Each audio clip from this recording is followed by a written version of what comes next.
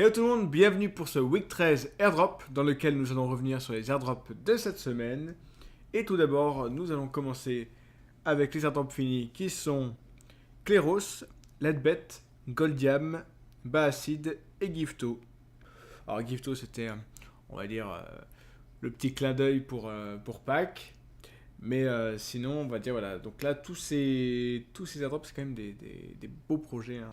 Et on va voir justement parce que cette semaine a été une très belle semaine. Avec tout d'abord deux projets qualité top. Donc, en commençant par ShopeeBlock. Alors, ShopeeBlock qui est un projet très bien noté sur ICO Bench. Et qui en gros serait une blockchain permettant la création de tokens pour des particuliers. Wow. Quand on dit particulier, c'est on va dire pour des professionnels, mais qui sont on va dire particuliers, pas pour des grands groupes. C'est-à-dire, j'ai une chaîne de magasins où, enfin, une petite chaîne de magasins, mais voilà, où je veux, on va dire, décentraliser le paiement de mon magasin, et bien je peux passer par ShopeeBlock qui peut me permettre de créer mon propre token et m'aider comme ça dans la décentralisation de mon business. Ce qui est très bien. On avait déjà vu un projet similaire. Pour ce qui est de Cognos, ce serait tout simplement un exchange. Un exchange pour faire du trading, etc. Donc un nouveau, hein, pourquoi pas. Et disons qu'il a un point avantageux qui peut nous intéresser, c'est qu'il est en Suisse. Et ce qui serait bien avec Cognos, donc ce serait à la fois un exchange et en même temps on pourrait direct cash out. Donc c'est bien. Pour ceux qui sont au courant, par exemple si on est sur Binance, on pourrait trade. Binance c'est super bien. Le problème c'est que si je gagne sur Binance, on va dire, je trade et je suis un super bon trader, je gagne plein de tokens. Le problème c'est qu'il faut que je repasse par un autre site, comme Coinbase par exemple, pour ensuite retirer mes gains en fiat. Et là, le principe de Cognos, ce serait direct de faire cash out. Donc là, au moins, on les remercie. En potentiel avéré, eh bien, nous avons notre petit Gifto. Et oui, surprenamment, Gifto, qui est en fait un projet très sérieux. Donc oui, il faisait une petite opération, on va dire, marketing pour la fête de Pâques, où c'était l'occasion de gagner, on va dire, quelques tokens. Vraiment, pour ma part, j'ai dû gagner 3 Gifto. Donc c'est pas grand-chose, hein. Mais le projet en fait est assez sérieux, il a déjà fait son ICO, ça a été extrêmement bien réussi. Et en fait, Gifto, c'est en gros une plateforme pour faire des cadeaux virtuels.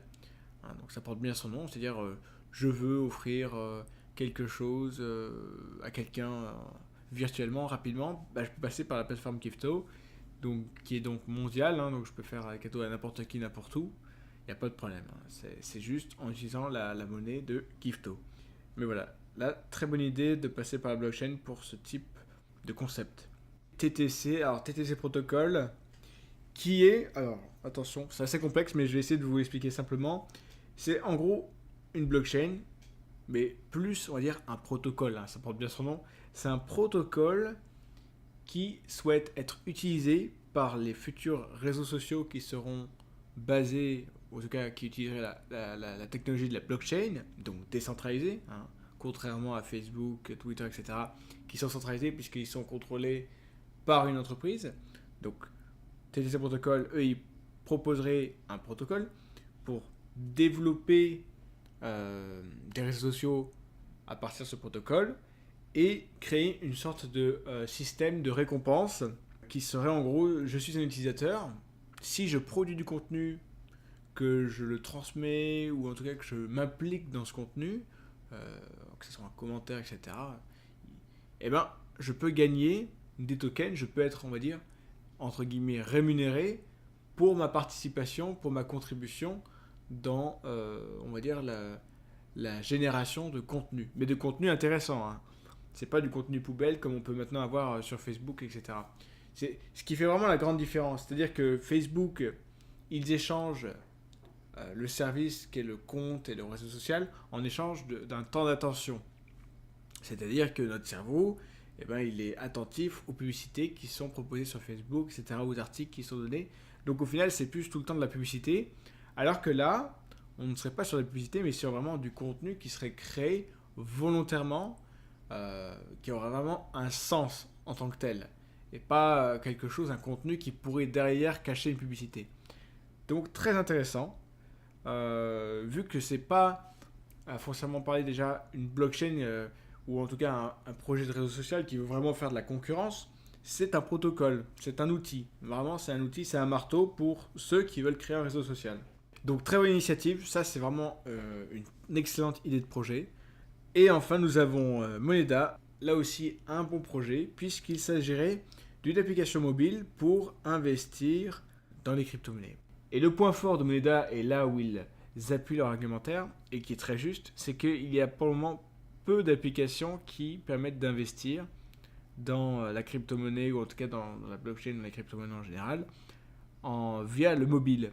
C'est-à-dire que pour le moment, il y a des applications mobiles, mais qui sont développées par les exchanges, mais qui sont pas très pratiques. Enfin, c'est vraiment hyper complexe pour s'y retrouver. Il faut déjà bien connaître la plateforme, on va dire, PC, pour ensuite comprendre la plateforme mobile.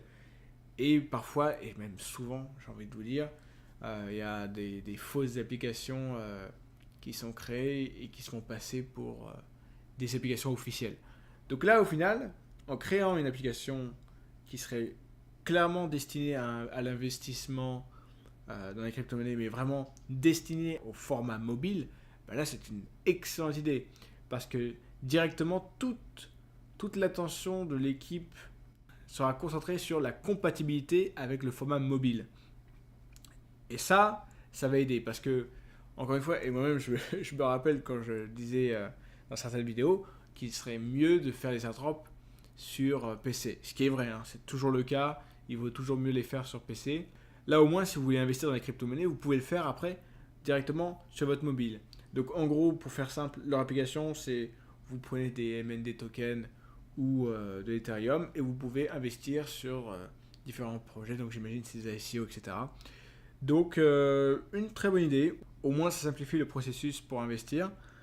En tout cas, pour ceux qui ont tendance à beaucoup bouger et qui n'ont pas trop le temps de vraiment se poser sur un ordi pour regarder, vous aurez votre application Moneda pour directement regarder, checker les projets et, si vous voulez, directement investir dedans. Donc, déjà, 5 projets magnifiques. En plus de ça, j'aurais voulu rajouter 2 autres projets, mais je ne les ai pas mis parce que ce pas des projets prometteurs en tant que tel, parce que c'est pas encore assuré, ou certains où ça l'est pas du tout. Par exemple, il y a le projet de eDice qui a une très faible note sur ICO Bench, qui a, on va dire, une très mauvaise réputation. Il est considéré comme une arnaque par beaucoup. Et c'est peut-être le cas. Mais là, l'airdrop, il n'a aucune conséquence, il n'y a aucun problème. Il demande juste de rejoindre le groupe Telegram et de donner votre clé publique. Hein. On précise bien, c'est toujours normal. Hein. Ça n'engage à rien. Et il, entre guillemets, promet de donner 5000 ICE tokens qui, à l'heure actuelle, valent plus de 200$. Donc, pourquoi pas, et puis on verra bien. Hein. S'ils nous les donnent, tant mieux. Hein. Dans ce cas-là, il faudra les vendre direct, parce que voilà, faut pas s'attendre à ce qu'un projet comme ça monte. Il faudra les vendre vraiment direct. S'ils ne donnent pas, tant pis.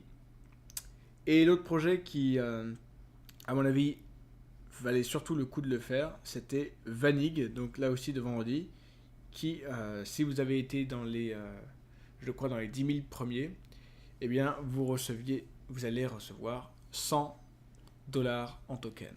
Donc là, ça vaut le coup. Là, par contre, c'est une plateforme très soignée, un projet beaucoup plus sérieux. La plateforme est très similaire à celle de Peculium, qui est un projet sérieux, qui est un vrai projet. Pour le moment, il n'y a pas encore de retour de la part d'investisseurs, de notation en ligne par rapport à ce projet. Donc, je ne l'ai pas mis, mais l'airdrop, à mon avis, vaut le coup. Ça, vraiment, c'est $100 assurés.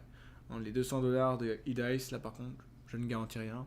S'ils les donnent, eh ben, tant mieux, mais sinon, tant pis, hein, c'est pas grave.